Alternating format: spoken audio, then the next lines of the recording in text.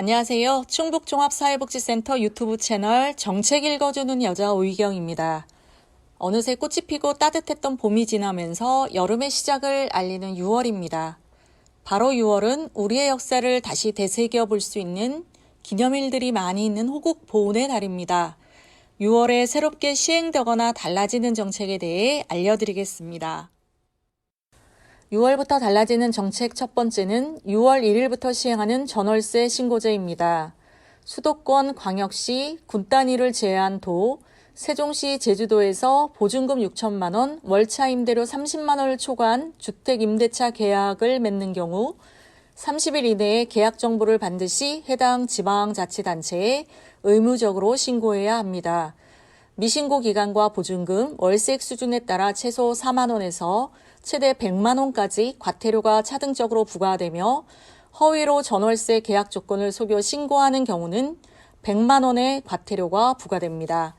임대차 계약을 하고 있다고 해서 모두 신고를 해야 하는 것은 아니며 6월 1일 이후 새로 전월세 계약을 하거나 갱신할 때만 신고하면 되고 갱신을 했더라도 보증금이나 월세가 기존과 동일하다면 신고 대상에 포함되지 않습니다. 전월세 신고는 온라인과 오프라인을 이용 신고하실 수 있습니다. 오프라인 신고는 집주인과 세입자가 함께 주택임대차 계약신고서를 작성 서명하고 계약서 사본과 함께 관할 주민센터에 제출하면 됩니다.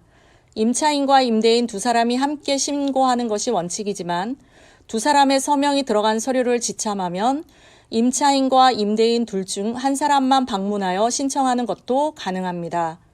온라인 신고는 부동산 거래 관리 시스템 홈페이지에 접속 신청할 수 있습니다. 온라인 신고 시 계약서 사진을 찍어 업로드하시면 됩니다. 신규 제도 도입에 따라 적응을 고려하여 내년 2022년 5월 말까지는 계도 기간으로 과태료가 부과되지는 않습니다. 감염 취약시설 방역 조치가 완화되었습니다.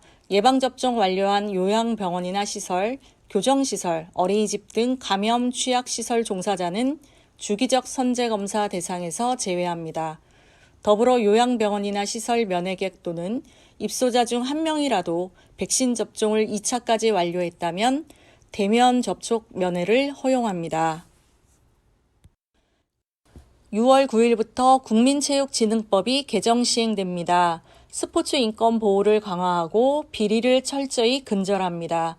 체육 지도자, 선수 관리 담당자 등 체육단체의 책임이 있는 자는 2년마다 인권 교육을 포함하는 재교육을 의무적으로 받아야 합니다. 만일 인권 침해 및 스포츠 비리와 관련해 유죄 판결이 확정된 경우 인적 사항과 비위 사실을 공개합니다. 신속하게 발견해 가족의 품으로 돌아갈 수 있도록 6월 9일부터 실종 경보 문자 제도를 도입합니다. 아동, 지적장애인, 치매 환자 등이 실종됐을 때 시간이 지체될수록 위험에 노출될 확률이 높습니다. 실종도 초기 골든타임이 있는데 48시간 이내에 찾지 못하면 장기 실종으로 분류된다고 합니다. 시민 제보를 통해 빠르게 실종자를 발견하기 위해 재난문자와 같이 지역 주민을 대상으로 인상착의 등 관련 정보를 문자로 발송합니다. 6월 10일부터 간판 현수막이 떨어져 발생한 신고도 보상이 가능한 5개 광고 사업자 책임보험이 의무적으로 시행됩니다. 5개 광고 사업물 등으로 생명이나 신체, 재산에 손해를 입힌 경우 신속하게 배상할 수 있도록 손해배상 책임보험 또는 같은 내용이 포함된 보험을 의무 가입해야 합니다. 미가입 시 위반 기간에 따라 최대 500만 원 이하의 과태료를 부과합니다. 상해 3천만 원 이내, 사망 후유장애 1억 5천만 원 이내, 재산상 손해 한 건당 3천만 원 이상 보상되어집니다. 코로나19로 인해 연장한 2020년 건강검진 기간이 6월 30일 종료됩니다. 일반 건강검진과 암검진, 성별, 연령별 대상임에도 못 받았다면 기간 안에 꼭 받으시길 바랍니다.